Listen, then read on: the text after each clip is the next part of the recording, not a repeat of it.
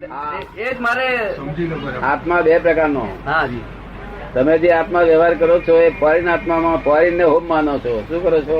Foreign હોમમાં foreign ને home માનો છો. હવે હોમ ને હોમ માનવાનું છે, ફોરેન ને ફોરેન માનવાનું છે. શું છે? એટલે આત્માના બે ગણવા. હે?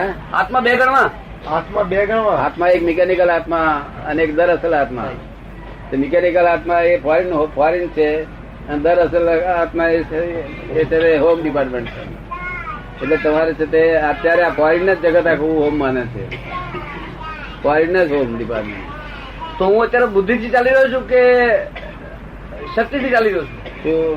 કે જે હું અત્યારે બુદ્ધિથી ચાલી રહ્યો છું કે શક્તિથી ચાલી રહ્યો છું? અરે તમને તો વ્યવસ્થિત શક્તિ ચલાવે છે. તમે જ કઈ તમારી બુદ્ધિથી ચલાવે છે. વ્યવસ્થિત શક્તિ તમને જેમ ચલાવે છે, જેમ લાઈટ બાઈટ બુદ્ધિ બધું એ આપે છે. તમે સમજ પડે ને? એટલે તમારે કશું તમારે જોયા કરવાનું. મારો કાલનો પ્રશ્ન એ હતો કે મન મહત્વનું છે કે બુદ્ધિ મહત્વની છે?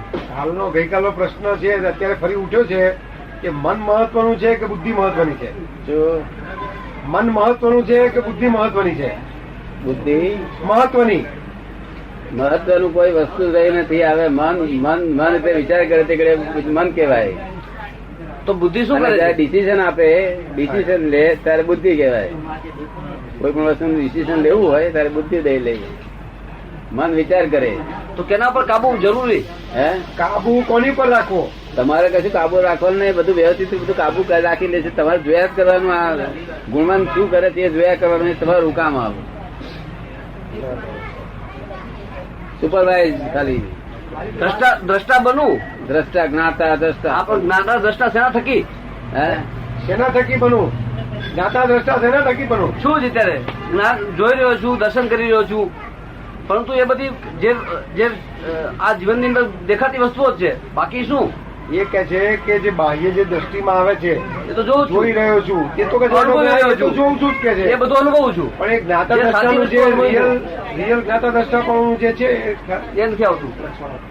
એ તો ધીમે ધીમે આવશે. તમને જરાક બીજું કઈ થયેલું આગળ છે તેનો વાંધો નહીં. આવી જશે બધું આગળ આવી જશે. રાતનું ધ્યાન છોડશો નહીં. રાતનું ધ્યાન રાતે શુદ્ધાત્મા બોલ્યા કરજો અને આ નિધિધ્યાસન કર્યા કરજો. આવી જશે. અમે મહિના પછી પાછા આવીશું ત્યારે બહુ સુંદર થઈ જશે. ખબર ને? પછી અમે ભૂલચૂક હોય તો અમે સુધારી દઈશું. તારે કેમનું છે? તારે કેમનું છે? અને જ્ઞાન બંનેના જુદા અપાયમાંથી બારે કેવું કરો? કામ કરીએ ત્યારે લક્ષ જતું રહે. કામ કરીએ ત્યારે લક્ષ જતું રહે, પ્રતીતિ રહે. અને કામ પૂરું થઈ રહ્યું લક્ષ આવી જાય પાછું. એકાંતમાં રહે ત્યારે અનુભવ હોય. તમારે કેમનું નહીં લાગે પડ્યું છે કે એવું જ છે બધું? By real view point you are શુદ્ધાત્મા. એટલે જે ખરેખર home department. By relative view point foreign department. Foreign department file number 1 છે. હા, ફોરેન ડિપાર્ટમેન્ટમાં છું. ફોરેન ડિપાર્ટમેન્ટ એટલે જેને જે તમે નથી તે તમારું પણ માનો છો એ રોંગ બિલીફ. બરોબર ને? ફોરેન ને હોમ માનો છો કે હું છું આ. બરોબર ને? આ જગત નું જે સત્ય છે ને તે રિયલ માં અસત્ય છે. શું છે? આ જગત નું સત્ય રિલેટિવ છે. કેવું છે? નિશ્ચય નિર્ણય નથી થયો. હે? નિશ્ચય નો નિર્ણય જ થયો. નિશ્ચય નિર્ણય નથી થયો. હા, નિશ્ચય નિશ્ચય છે એનો નિર્ણય નથી થયો. ના, અમે વાટી પડી ગયા. શુદ્ધાત્મા હું કેમ થઈ ગયો?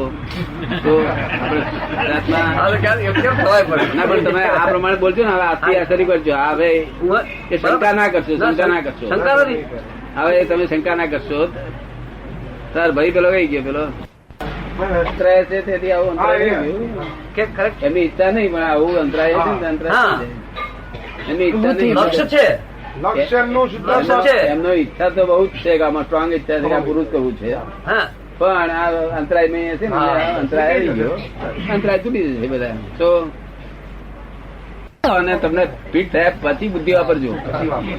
પછી બુદ્ધિ થી જોજો બધું તમારે જેમ જેવું હોય. સમજે ને? વાત અમારી આજ્ઞા પ્રમાણે રહો ને ફિટ થઈ જવા દો. તો કહ્યું આજ્ઞામાં અમુક ગુણો ખેંચાય છે, અમુક ગુણો પકડી નથી કાકા. 5 વાક્યો જ તમારે કેમ બધા 5 વાક્ય હેલા જ છે. ઘણા નથી કોઈ. આ ભાઈ 5 વાક્યમાં રહ્યો ને તું 5 વર્ષ તો રહ્યો. પૂર્ણ છું. બધું બહુ જાતનો ફેરફાર થઈ જાય ખાલી દર્શન થી જ થાય.